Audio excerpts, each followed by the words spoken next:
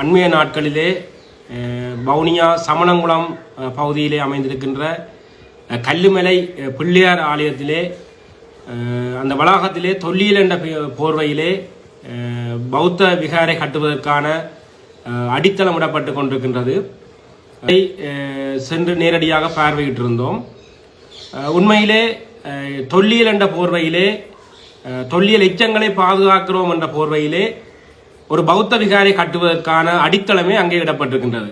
இந்த இடத்திலே ஏனென்றால் திட்டமிட்டு இதிலே நான் காட்ட முடியும். இந்த விகாரையினுடைய தோற்றம் விகாரை கட்டுவதற்கான அடித்தளம் முற்றுமுழுதாக இடப்பட்டிருக்கின்றது. எச்சங்களை ஒன்றிணைந்து எச்சங்களை பாதுகாக்க வேண்டுமாக இருந்தால் எதற்காக இவர்கள் இந்த எண்கோண வடிவிலே இந்த அமைப்பை செய்திருக்கின்றார்கள்? இந்த விகாரை கட்டுமானத்தின் அடித்தளம் இவ்வாறு தான் அமையும். இது குருந்தூர்மலை போன்ற இடங்களிலே இந்த வரலாறுகளை நாங்கள் ஆழமாக அறிந்திருக்கின்றோம்.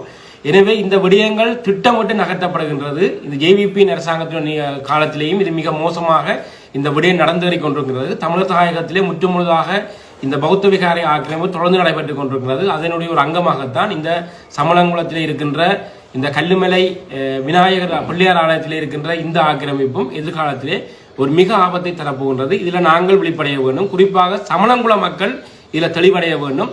ஒரு சிலர் தங்களுடைய அரசியல் நிகழ்ச்சிகளுக்காக ஜேவிபியினுடைய அரசியல் நிகழ்ச்சிகளுக்காக சில தங்களுடைய அடிப்படை நலன்களுக்காக இந்த மக்களை குழப்பி இந்த இடத்துல விகாரை கட்டினால் என்ன என்ற அவர்களுக்கு பெரிய பிரச்சனை கூட அங்கே எழுந்ததாக தெரியவில்லை. இது மிக மிக ஆபத்து. உங்களுடைய வயல்நிலங்கள் பறிக்கப்படும், உங்களுடைய நிலங்கள் பறிக்கப்படும், உங்களுடைய ஜீவனோபாயம் அளிக்கப்படும். ஒரு சிறிய கோட்டுக்கு பின்னால் ஒரு பெரிய கோட்டை இடுவதன் மூலம் அந்த சிறிய கோட்டையினுடைய பிரச்சனையை சிறிய கோட்டை மறைத்து விடலாம் என்ற அடிப்படையிலே தான் இன்று காலை அரச இயந்திரம் போய் அந்த மக்களை திருப்திப்படுவதற்கான சில செய்திகளை சொல்லி இருக்கின்றதாகத்தான் நாங்கள் சிந்திக்கின்றோம்.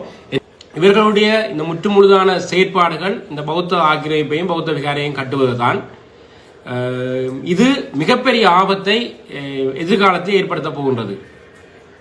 அரசியல் மயம் இந்த வேண்டாம். அரசியலால் நாங்கள் அரசியல் மயத்தால் நாங்கள் இவ்வளவு கஷ்டப்பட்டு இவ்வளவு துன்பப்பட்டாலும்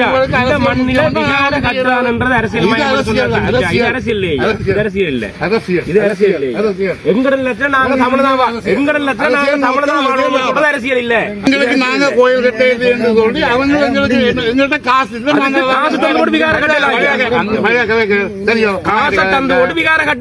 எனக்கு தேவை நான் தான் தெரியாத நீ என்ன